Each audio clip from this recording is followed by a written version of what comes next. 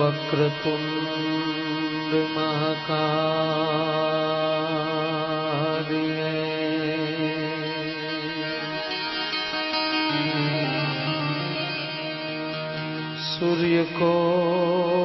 सूर्यकोटि समप्रभ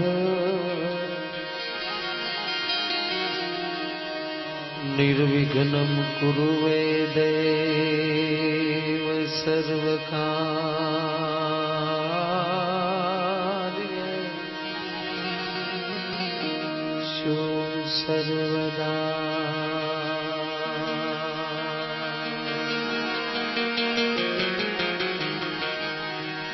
निर्विघ्नं कुरु मे देव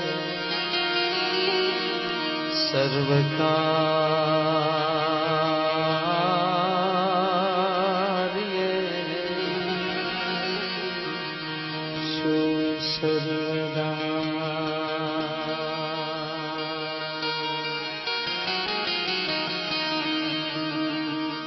આજ રોજ નાગરા ગામને આંગણે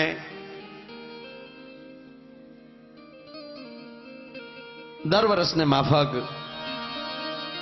આ વર્ષે પણ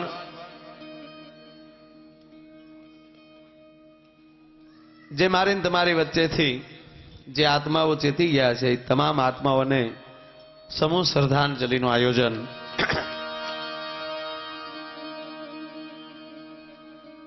એમના આત્માને શાંતિ હોય જ તો જ એના ગામમાં આવું કાર્ય થાય. આપણે ઘણા કેમ જવાહરભાઈ કે પિતૃ નડે પાડોશી નો નડે તો પિતૃને કાંઈ લેના દેના નથી. બિચારો બધું જોઈને ગયો, એ શું હવે નડવા આવે એમ. પણ એને 100% એના આત્માને શાંતિ હોય જ. એ તમામ આત્માને છતાં આપણે પરમાત્માને પ્રાર્થના કરીએ કે એમના આત્માને તું પરમ શાંતિ દેજે.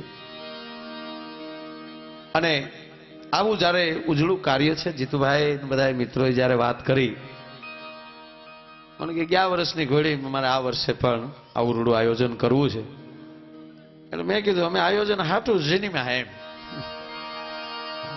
અમારો બીજો ધંધો કઈ છે નહીં, ફોર્મ તો કઈ ભરવા નથી મારે.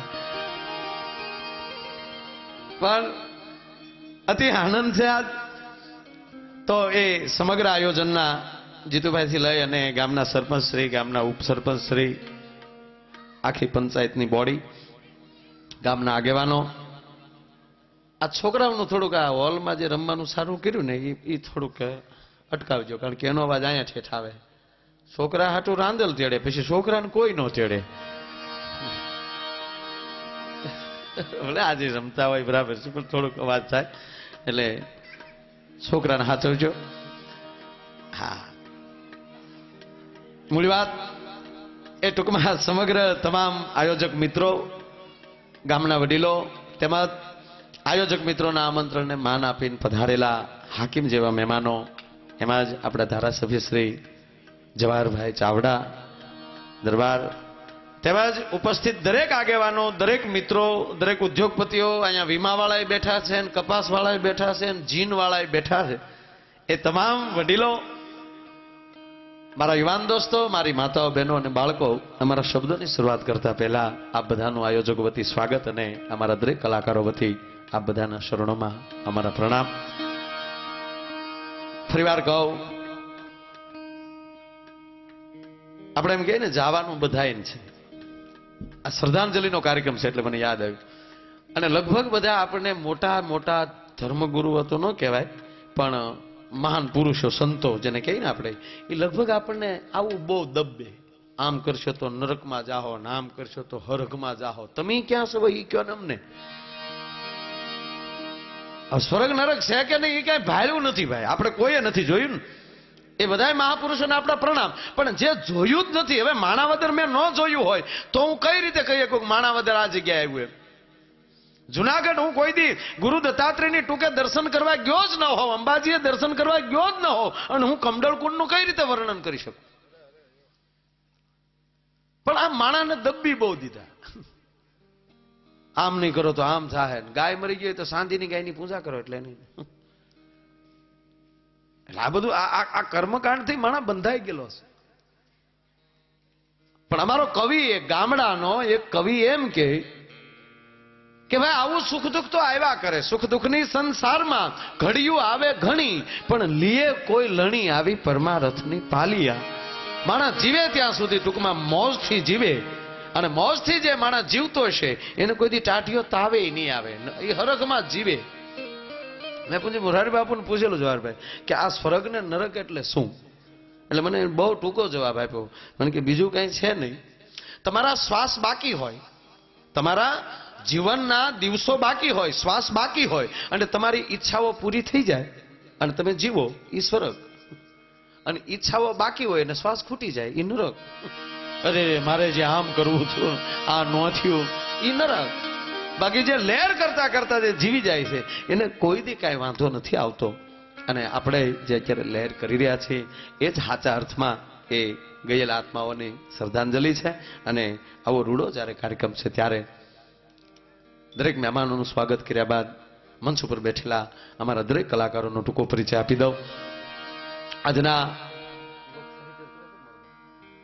એવા બહુ સુપ્રસિદ્ધ લોક સાહિત્યકાર મુકેશભાઈ બારોટ એ આજના કાર્યક્રમમાં ઉપસ્થિત છે. તાળીના ગડારથી આપણે મુકેશભાઈ બારોટને આપણે વધાવીએ. તેમજ તબલાની અંદર સંગત આપે છે નાની ઉંમરમાં જેમણે બહુ મોટું નામ મેળવ્યું છે એવા મહાવીરભાઈ રામાનુજ આજના કાર્યક્રમમાં ઉપસ્થિત છે, એમને પણ આપણે તાળીના ગડારથી આપણે વધાવીએ. બેન્જોની અંદર સંગત આપે છે પણ અમારા ભાવનગરનું ગૌરવભાઈ રસિકભાઈ રાઠોડ બેન્જોમાં સંગત આપે છે, એમણે પણ તાળીના ગડારથી આપણે વધાવીએ.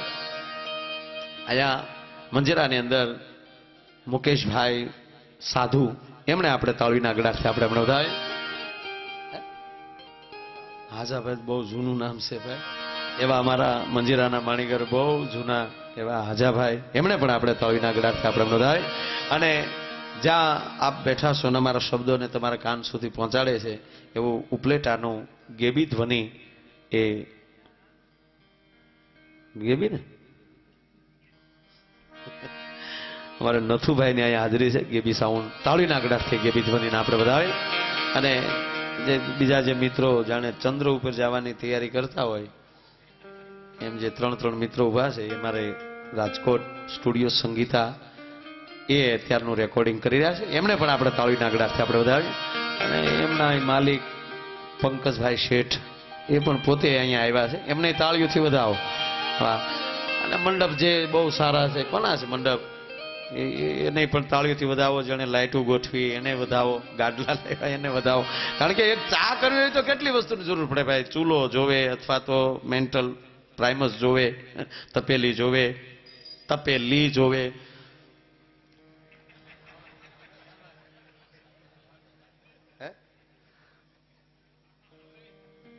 ચાની ભૂકી જોવે, ખાંડ જોવે, પાણી જોવે, દૂધ હોય તો જોવે, હાણચી જોવે, એને ગાળવા માટે જોવે. આ બધું હોય ત્યારે એક ચા બને તો ભાઈ આવો રૂડો કાર્યક્રમ કરવો હોય ત્યારે કેટલા માણસોની જરૂર પડે, એ બધાને આપણે વધારવા જોઈએ. અને પાછી બીજી વાત એ છે કે આપણે જ્યાં લહેર આવે ને ત્યાં અહીંયા કાંઈક મને નામે આપજો, કારણ કે આમાં કોઈ કલાકારો કાંઈ લઈ જવાનું બધું આપણે હેમાં આપવાનું ભાઈ? હવેલીમાં. આ જે કાંઈ રકમ આવે ને એ બધી મારો બાપ હવેલીમાં આપવાની છે. એટલે આમ જો મોજ આવે ત્યાં કોઈ નામ આપજો, કોઈને અંદરથી ઉપડે તો. અને તમને ઉપડે જ છે, મને ખબર છે યાર. હા, અને બીજી વાત એ કહી દઉં કે કદાચ કોઈ 50,000 બોલે, 10,000 બોલે કે 1000 બોલે તો બીજાને એમ થાય કે એટલા મોટી રકમો બોલાય તો આપણે 10 રૂપિયા વાળાને હું સમજવું. ના ના, આપણા 10 ગણા બોલી શકાય. નહીતર બે પાકા મિત્રો બે હારે ભણતા હતા, એમાં બે અમદાવાદ વયા ગયા. હવે બે અમદાવાદ ગયા, એમાં એકને ઉપડી ગઈ પાલટી. શેમાં નાણાં રોકાણા હોય, કોઈ મિત્ર સારા મળી ગયા, ટૂંકમાં એ કરોડપતિ બની ગયો, એક બિસાડો નાન્યા. એમાં એને વળી ફેર થતા થતા મજૂરી કરતા કરતા 5,000 વધ્યા. તે 5,000ની રિક્ષા લઈ આવી, કાંકરિયાની કાંઠે ઉભેલો રિક્ષા લઈને. એમે ઓલો મિત્ર જે બીજો આરે ભણવા વાળો હતો એ મર્સિડીઝ લઈને નીકળ્યો. એના મિત્રને જોઈ ગયો રિક્ષા પાસે, એટલે ઓલે મર્સિડીઝ ઊભી રાખી, ઉતરીને નીચે ગયો. કેમ મિત્ર, મજામાં? કેમ કે બસ આ રિક્ષા લીધી આપણે કે 5,000, એમાંય હજી 1,000 ઘટતા થા. ઘરવાળીની ડોકનો ચેન વેચ્યો ત્યારે 5,000 થયા, અને એની રિક્ષા લાવેલો ને કેટલો હરખ. કે ફર્સ્ટ ક્લાસ રિક્ષા લાવ્યા ને આપણે, 5,000 રોકડા ને બીજા હપ્તા 35,000 લાવ્યા છે. કે સરસ, સારું છે, રિક્ષા લઈ આવ્યો. તો ઓલે હામ પૂછ્યું, તમે? કે હું મર્સિડીઝ લાવ્યો છું. એ કેટલા ને થાય? બોલો કે 45 લાખની. એમ કે હા. એ કે 45 લાખની ભલે રીત હોય, રિક્ષા એ રિક્ષા. ઓલા કારણ કે પોતાની રિક્ષાનો જે પાવર, એ કે રિક્ષા એ રિક્ષા. અરે ઓલો કે ક્યાં યાર તું જોતો ખરો, ક્યાં મર્સિડીઝ ક્યાં રિક્ષા? એ કે રિક્ષા એ રિક્ષા. ભલે તારી મર્સિડીઝ ગમે, અરે કે એની અંદર કેટલી સિસ્ટમ, અરે તારા સિસ્ટમ ને માર ગોળી, બાકી રિક્ષા એ રિક્ષા. ઓલો કે પણ કઈ રીતે? એ કે સાંભળી લે, મારી રિક્ષાની આગળ તારું કાંઈ ન આવે. કે કેમ? તાકે મેં સમગ્ર મારી સંપત્તિ ભેગી કરીને ત્યારે આ રિક્ષા આવી. તું તારી સમગ્ર સંપત્તિ ભેગી કરીને વેચ અને એની ગાડી લાવીને ત્યારે તું મારી તોલમાં આવ્યો. તારી પાસે કેટલા પડ્યા હતા? મારી પાસે હજી કરોડો રૂપિયા પડ્યા હતા, તો હજી મારી આગળ નો આવ્યું. મેં તો બધું વેચ્યું ત્યારે રિક્ષા આવીને, હજી હપ્તા બાકી. અરે ગાંડા, ઈ વાત એક બાજુ રહી, પણ બાકી તું રિક્ષાને મર્સિડીઝ ને હરખાય કઈ રીતે? તાકે ઈ આવે જ નહીં કાંઈ. રિક્ષા આગળ તારી મર્સિડીઝ નું કાંઈ ન આવે. અરે કે ભલા માણામાં એર બેગ આવે, કેટલી સિસ્ટમ જી કરીએ. રિક્ષા એ રિક્ષા. બોલો કે પણ રિક્ષા એ રિક્ષા કઈ રીતે? તક જોલી 3 બાઈઓ હાલ્યા ને, તક બેહાડ દે લે તારી મર્સિડીઝમાં.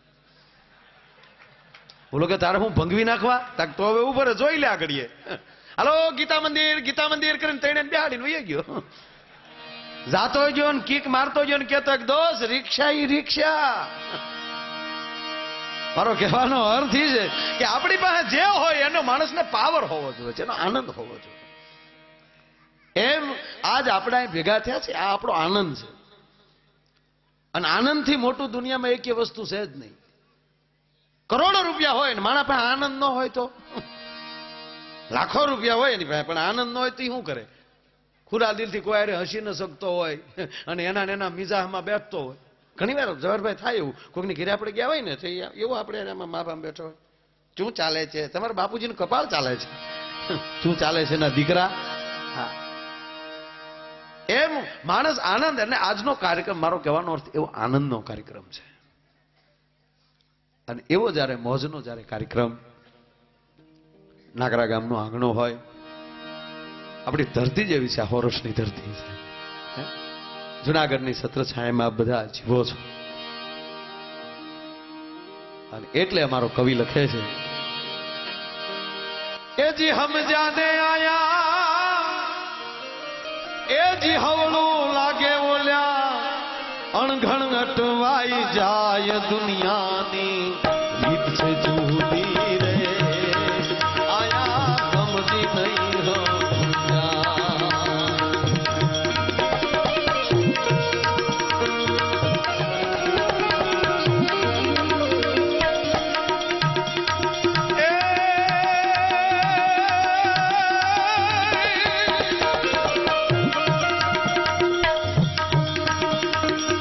हम जाने आई हवलू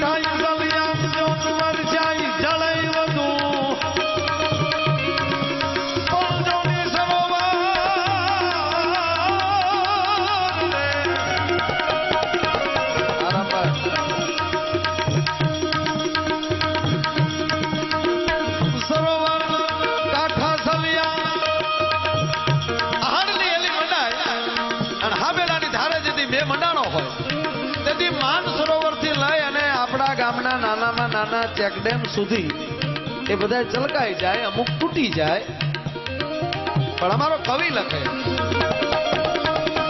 પંચોની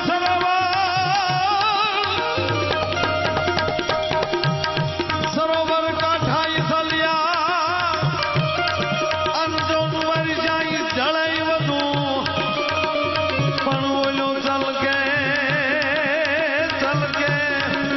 અંજોન સીધું એ જેનો ફાનો જબરોય પાલિયા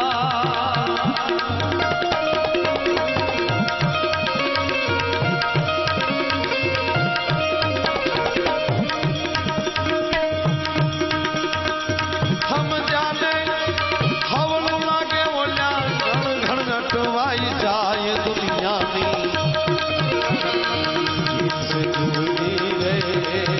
આયા સમજી નહીં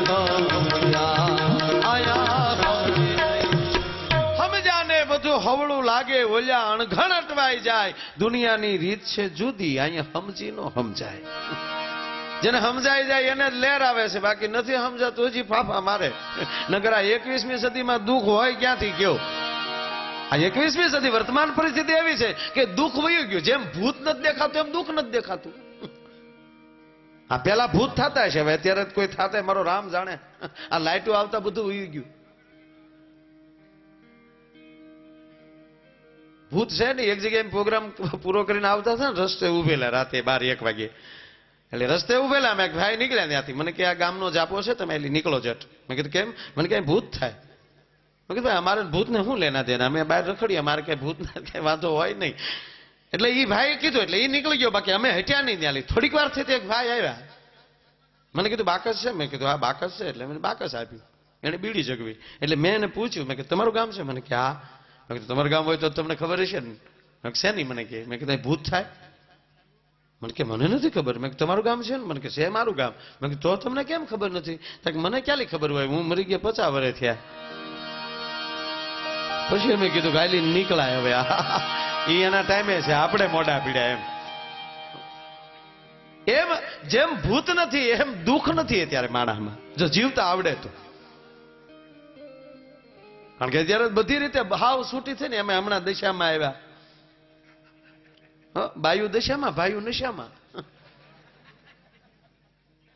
હમણાં બે જણા હાલ્યા જતા હતા ને ભાઈ જવાહરભાઈ 2 જણા હાલ્યા જતા હતા 2 પછી ઉભા રહ્યા 2 ફાકી છોડીને અડધી બે ખાધી પછી એને કીધું કે કેમ ઘરમાં કે બહુ લેરનું કીધું તો ઓલો કે મારા ઘરે તો ભાઈ દેવી છે દેવી એટલે ઘરે માતાજી આવતા હશે ને ઘરના ને એટલે કીધું મારા ઘરે તો દેવી છે ભાઈ ઓલો કે મારે દેવી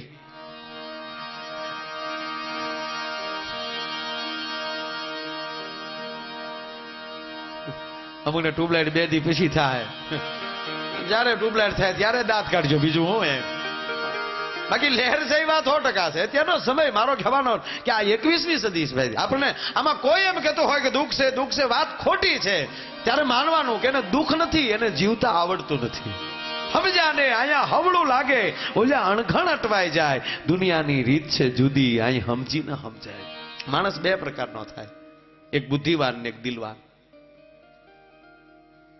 બુદ્ધિવાન જે હશે ને એ ગાળિયા ત્યાર કરતો છે બીજાને છેતરતો હશે અને દિલવાન હશે ને એ ભલે છેતરાઈ જતો હશે પણ બીજાને લહેર કરાવતો હશે 2 પ્રકારના માણસો એક બુદ્ધિવાન છે અને એક દિલવાન છે અને બીજી વાત કે બુદ્ધિથી તમે બીજાને ચેતરી શકો બીજાને હરાવી શકો પણ જીતી ન શકો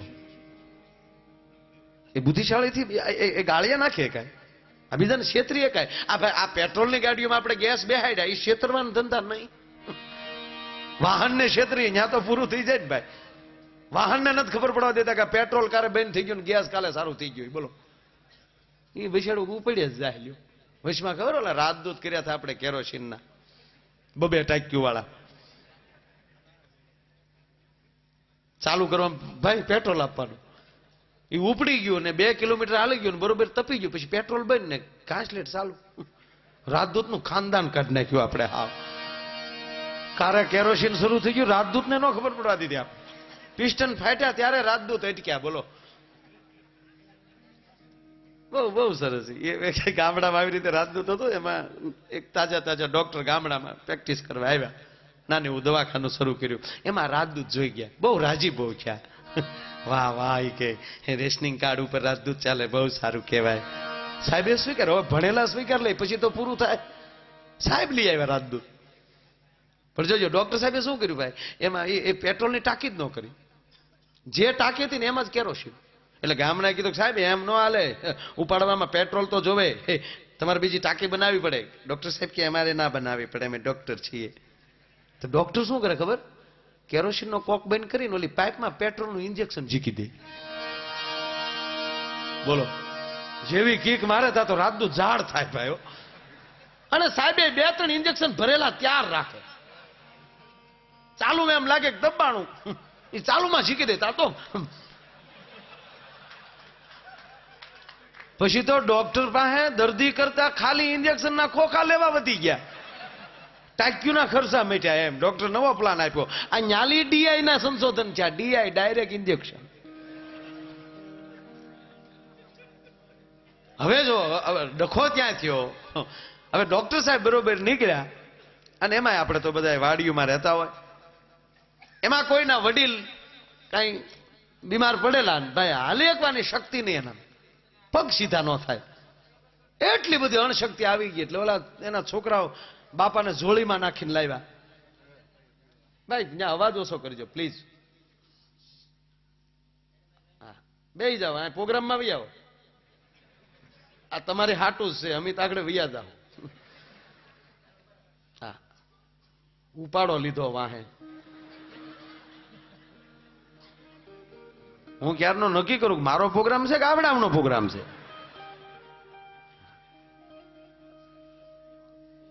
બાકી રહ્યું તો હવે પાછા ઉપસરપંચ ગયા. અહીંયા સરપંચ ક્યાં બેઠા? અહીંયા પાછળ આ કેમેરાની વાહે બેઠા, નથી દેખાતા, ટોપી બોપી પહેરીને બેઠા. હા, મને સરપંચ ને બધું બહુ ગમે.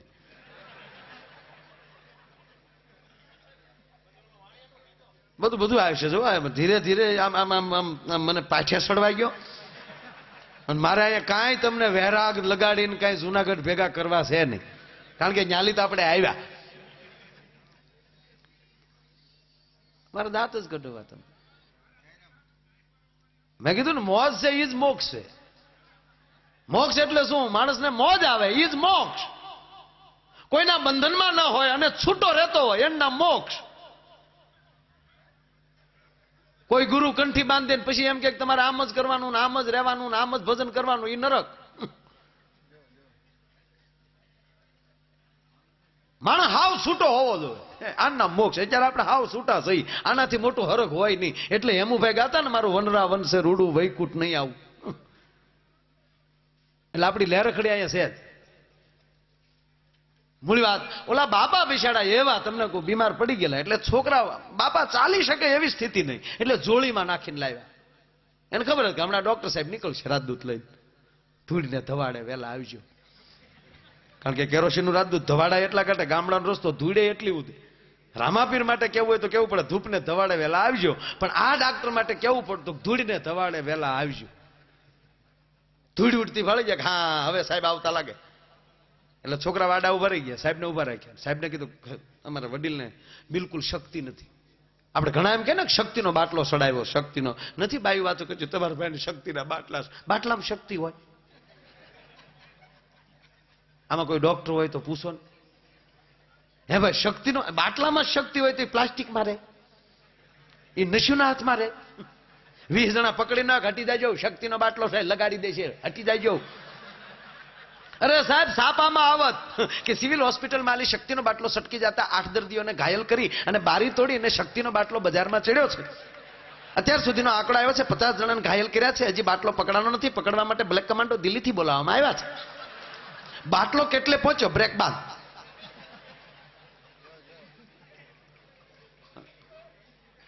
એક જણો તો આવું પડીકું લઈને નીકળ્યો, નાનું એવું પડીકું હાણચીમાં. એ કે હટી જાજો દાજી જાજો, હટી જાજો દાજી જા.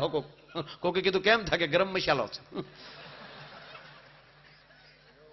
એટલે ઓલા છોકરાએ ડોક્ટરને કીધું કે મારા બાપા ચાલી શકતા નથી, બિલકુલ શક્તિ છે નહીં. ડોક્ટર સાહેબ ઉતાવળમાં હતા, તપાસ કરીને કીધું કે આગળ આગળ તમારા બાપા ટાસકા જેવા થઈ જાય જો. ડોક્ટર ઉતાવળમાં દવાનું ઇન્જેક્શન મેલ પડતું ને પડખે પેટ્રોલનું પીડ્યું હતું, એ બાપાએ ઉપાડ્યું ડોક્ટરે. એ ડોક્ટરે ઇન્જેક્શન લઈને બાપાને એક ઝીક્યું ને જે બાપો ઉપડ્યો પાય, છોકરાના હાથમાં વડોડાવીને નીકળી ગયો. 30 કિલોમીટર જઈને બાપા પડી ગયા. ડોક્ટર કે ગોટાળો થયો કઈક.